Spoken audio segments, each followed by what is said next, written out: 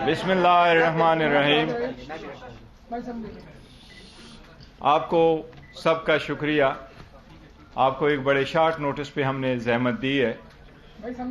آج جس طرح ہم آپ کی سب کی توجہ مبذول کروانا چاہ رہے ہیں اور جس مقصد کے لیے آپ کو بلایا ہے، وہ گزشتہ 2 دن سے جس طریقے سے سیاسی رہنماؤں نے، جو خاندانی سیاسی رہنما ہیں، جو اپنے پارٹی پہ قابض ہے، انہوں نے گزشتہ 2 دنوں میں خاص کر کل سے جس طریقے سے ہائی کورٹ پہ وہ حملہ آور ہوئے ہیں اور جس طریقے سے انہوں نے ہائی کورٹ کے ڈیسیجن کو کرٹیسائز کیا ہے، ہم اس کی شدید مذمت کرتے ہیں۔ ان کا روش یہی رہا ہے، جب بھی کوئی ڈیسیجن آ جائے تو بجائے اس کے کہ اس کو فیس کرے، قانونی راستہ اختیار کرے، پریس کانفرنس کرا کے ججز کو اور اداروں کو تنقید کا نشانہ بناتے ہیں۔ یہ سپریم کورٹ پہ بھی حملہ آور تھے، یہ ہائی کورٹ پہ بھی حملہ آور ہوئے ہیں، یہ الیکشن کمیشن کو یرغمال بنا کے بیٹھے ہوئے ہیں۔ الیکشن کمیشن اپنی آئینی ذمہ داری پوری کرتے ہوئے، میں توقع کرتا الیکشن کمیشن خود بھی ایک سٹیٹمنٹ دیتا، لیکن الیکشن کمیشن سے کوئی ایسی سٹیٹمنٹ نہیں آئی۔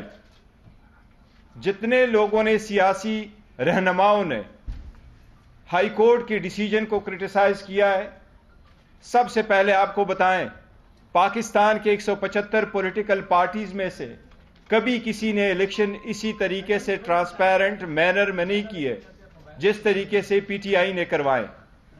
آج آپ کے سامنے پاکستان پی ٹی آئی کا عام ورکر الحمدللہ ایک چیئرمین کی حیثیت سے یہاں بیٹھا ہے۔ ہمارا اصل چیئرمین، ہمارا اصل لیڈر کل بھی جو تھا، آج بھی ہے اور کل بھی رہے گا، وہ عمران خان صاحب ہے۔ وہ چاہے جیل میں ہیں چاہے باہر ہے، وہی رہنمائی کرتے ہیں اور وہی لیڈ کرتے ہیں۔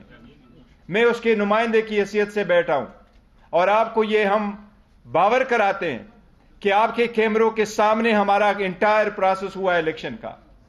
ہم نے جتنے الیکشن کرائے، اس پارٹی نے ہمیشہ فری، فیئر اینڈ ٹرانسپیرنٹ کرائے۔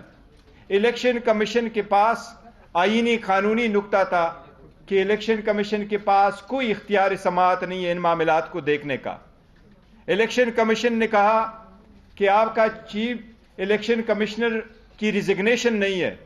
وہ chief election commissioner already resign کر چکا تھا اور سیکرٹری جنرل آلریڈی ریزائن کر چکا تھا۔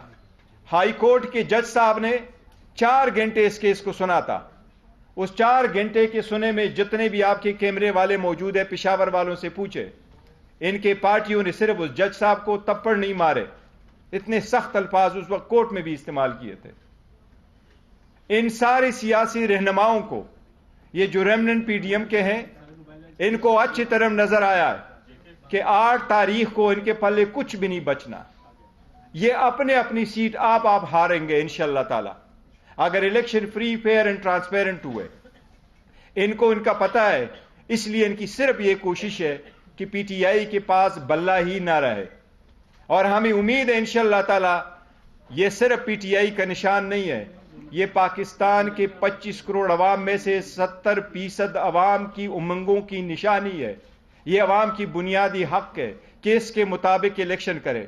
سپریم کورٹ یہ قانون مولانا مودودی کی کیس میں 1964 میں سیٹل کر چکی ہے، بے نظیر کے کیس میں سمبل والے میں 89 میں سیٹل کر چکی ہے کہ کسی پارٹی سے سمبل لینا اس بات کا مترادف ہے کہ آپ نے اس پارٹی کو ڈیزالو کیا ہے، اور یہ اختیار صرف سپریم کورٹ کے پاس آرٹیکل 17 میں موجود ہے، کسی اور کے پاس یہ اختیار نہیں ہے۔ کل آپ نے دیکھا ہے پے در پہ پریس کانفرنسز ہوئی ہے، باپ، بیٹی، بانجا، بھتیجا سارے لگے ہوئے ہیں۔ ان کا سب مقصد یہی ہے کہ پی ٹی آئی کے پاس کوئی نشانی نہ رہے۔ ہم پہلے دن سے کہتے چلے آ رہے ہیں کہ یہ وہ ہے جو ہارس ٹریڈنگ کو بڑا پسند کرتے ہیں، اور وہ ہارس ٹریڈنگ میں پیدا بڑے ہوئے ہیں۔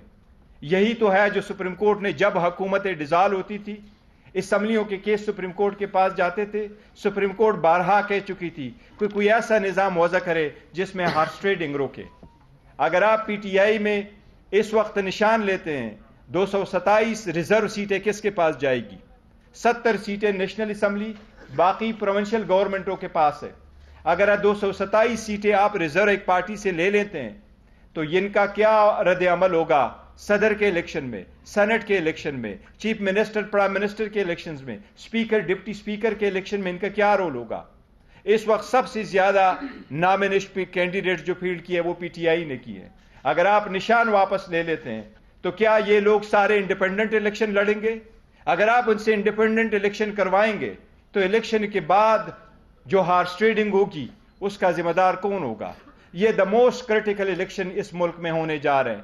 اگر یہ election free fair and transparent نہیں ہوئے تو یہ اکانومی تباہ ہو جائے گی, یہ ملک کا بدترین نقصان ہو جائے گا, یہ ڈیموکریسی ڈیریل ہو جائے گی, یہ ملک متحمل نہیں ہو سکتا. یہ جو قابض بیٹھے ہوئے ہیں پارٹیوں پہ, ان کو اس بات کا ادراک نہیں ہے. ان کی پارٹی بچے, ان کی پوزیشن بچے, یہ پارٹی بچے, ان کی پوزیشن بچے, وہ پوزیشن ہے جو اپنے بیٹوں اور بیٹیوں کے علاوہ کسی اور کو دیتے نہیں, یہ بچے, ملک کا کتنا نقصان ہو ان کا احساس نہیں ہے.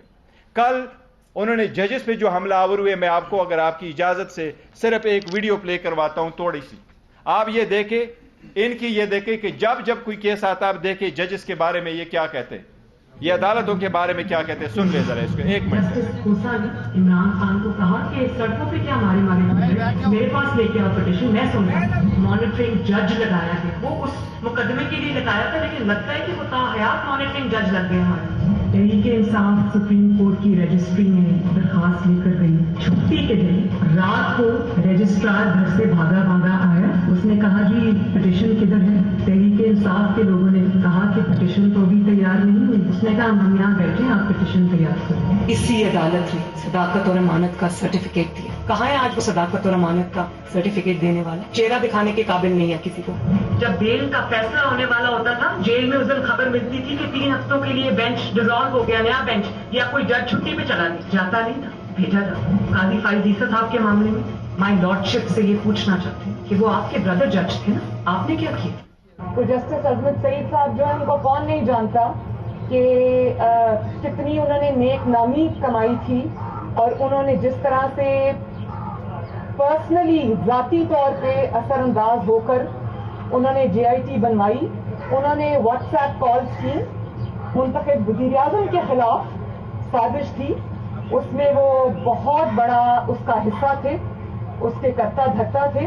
مارشل لا نہیں لگاتے تو آپ کے کم بختوں نے جوڈیشل مارشل لا لگا دیا ہے کہ آج ملک جس انتشار کی لپیٹ میں آیا ہوا ہے, ملک نے جو کرائسس جنم لیا ہے, وہ زمان پاک سے کم اور عمر عطا بندیال کی کرسی سے زیادہ جنم لیا ہے. ثاقب نثار کو تو پوری قوم جانتی ہے, لیکن آپ کا ثاقب نثار سے بڑا مجرم جو چھپ کے گھر میں بیٹھا, اس کا نام ہے جسٹس آصف سعید کوسا.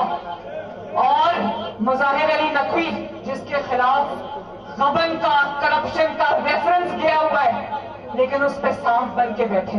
شرم کرو عمر عطا بندیال, شرم کرو.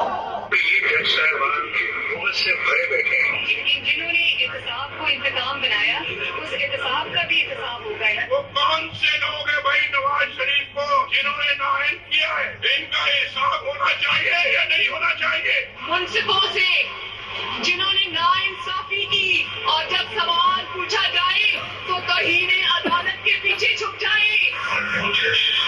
ہمارے خلاف اس طرح کے فیصلے نہیں, اور ہم سر نسیم خاندر نے نواز شریف نے سوچا 5 لوگوں نے نواز شریف کو رسوا کر کے اس دفتر سے باہر نکل دیا. ہر کیس جس میں عمران خان کا فائدہ اور نقصان ہو وہ 3 آدمی سننے کے بس کوئی نہیں ہے پاکستان میں. یہاں پشاور میں سارے فیصلے ایک ہی جج کرے گا, جیسے لگتا ہے کہ اس کا جج نہیں ہے, اس کے پارٹی کا رکن ہو. موجودہ بینچ ہے, اس میں جو معزز جج صاحبان بیٹھے ہیں, ان جج صاحبان کا ہمارے متعلق جو ان کے خیالات ہیں ان سے بھی کوئی نہ واقف نہیں ہے, نہ ہم نہ واقف ہیں. اور اس کے بعد ہر وہ کیس جس کا فیصلہ ہمارے خلاف آنا ہو, اس بینچ کا جو ہے وہ وہی حصہ ہوتے ہیں. جب بینچ بنا تب سے لے کر آج تک کے فیصلے تک انصاف ہوتا ہوا نظر نہیں آ رہا تھا. اپنے ایک شخص کی وجہ سے آج آئین کی تشریح کو میں فرق ڈالا جا رہا ہے. اپنی مرضی سے آئین کی تشریح کی جا رہی ہے. فل کورٹ اس لیے نہیں بنایا گیا کہ اگر فل کورٹ بن جاتی تو آج کا فیصلہ مختلف ہوتا. آپ کی علم ہے کہ جس دن جو ہے وہ نواز شریف کو ڈسکوالیفائی کیا گیا تھا,